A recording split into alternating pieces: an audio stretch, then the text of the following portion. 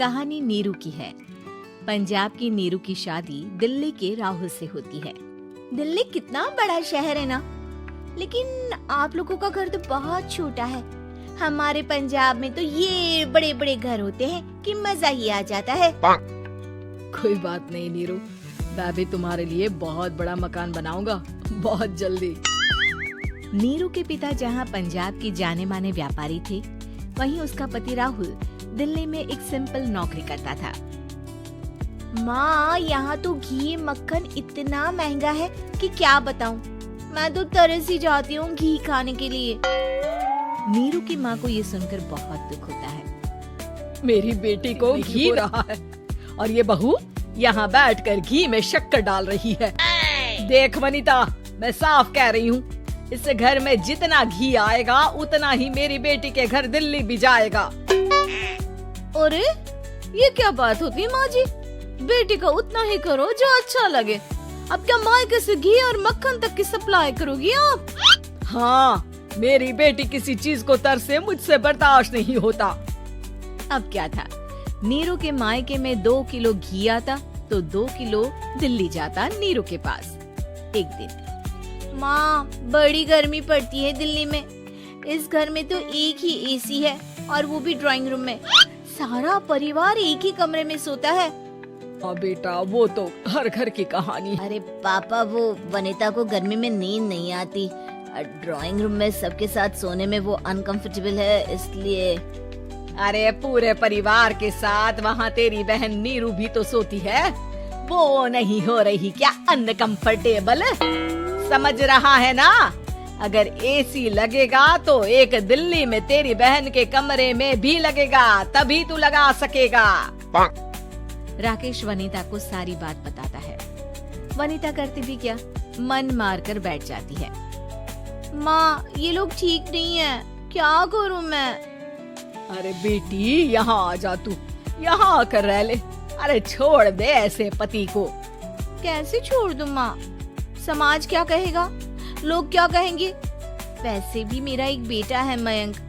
अरे हटा बेटा, तेरी उम्र ही क्या है, इतनी परेशान रहेगी तो काम कैसे चलेगा? खैर, बात आई गई हो जाती है। माँ को लगता है कि नीरू ठीक है, तो वहीं नीरू के मन में एक ही लाइन चल रही होती है, यहाँ आजा। माँ ने तो बोल ही दिया है कि यहाँ आजा। बस मयंक थोड़ा सा बड़ा हो जाए, इन गरीबों को छोड़कर मैं वापस माँ के पास ही चली जाऊंगी। वो इसी सोच में बाजार में चल रही थी कि मैम, आपका दुपट्टा जमीन को छू रहा है। नीरू जैसे ही उस लड़की की तरफ देखती है, देखती ही रह जाती है। हाय रे, कितना सुंदर लड़का है ये। अब क्या हुआ? मैंने कहा आपका दुपट्टा। तो खुद ही उठाकर दे दो ना। लड़का समझ जाता है कि नीरू उस पर फिदा हो चुकी है। वो उससे उसका नंबर लेकर चला जाता है। अब क्या था, नीरू और रोहित में लगातार बातें होने लगती है। मैं हरियाणा का रहने वाला हूँ, यहाँ एक बड़ी कंपनी का मैनेजर हूँ। अच्छा, और कितने बच्चे हैं तुम्हारे? बच्चे? अरे मेरी तो शादी भी नहीं हुई है। तुम बताओ, शादी करोगी? नीरू शर्मा जाती है। अब लेकिन मैं तो पहले से ही शादीशुदा हूँ। मुझे फर्क नहीं पड़ता, बस तुम शादी कर लो, भाग चलते हैं। बहुत पैसे वाला हूँ मैं, हमेशा खुश रखूंगा तुम्हें।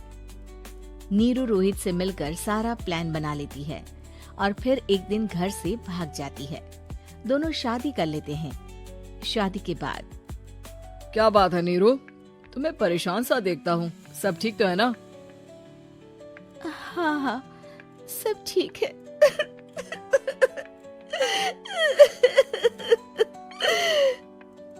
ये कहते कहते ही वो रोने लगती है। अरे क्या हो गया, रो क्यों रही हो? मैंने तुमसे एक बात छुपाई है और वही बात अब मुझे परेशान कर रही है। रोहित, मेरा एक बेटा भी है, उसका नाम मयंक है। क्या बात कर रही हो, ये तुमने मुझे पहले क्यों नहीं बताया? देखो नीरू, मेरी माँ को मैंने ये नहीं बताया है कि तुम शादीशुदा हो। बच्चा मैं मैनेज नहीं कर पाऊंगा। नीरू को समझ में नहीं आता कि वो क्या करे। तुम उस बच्चे को अपनी माँ को क्यों नहीं दे देती? नीरू चुपके से माँ को फोन करती है। माँ, क्या मयंक को तुम रख सकती हो? बेटा, मैं राकेश के साथ बात करती हूँ। आखिर घर का बेटा वही है, जो वो बोलेगा। वैसे भी बेटा, तूने जो किया है ना, उसके बाद से पूरा घर तेरी बुराई कर रहा है।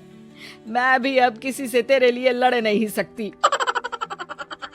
राकेश बेटा, नीरू ने तो जो किया बहुत ही बुरा किया, लेकिन मैं सोच रही थी कि क्यों ना मयंक को हम यहाँ ले आए। तभी वनीता बोल पड़ती है। वाह जी, ऐसे कैसे यहाँ ले आए? यहाँ क्या भंडारा भरा है? और जिस बच्चे की माँ ने नहीं सोचा, उसके लिए हम क्यों सोचे? नीरू को एक बार तो अपने बच्चे के बारे में सोचना चाहिए था ना। अरे लेकिन तेरे पास भी तो लड़का नहीं है ना वनीता।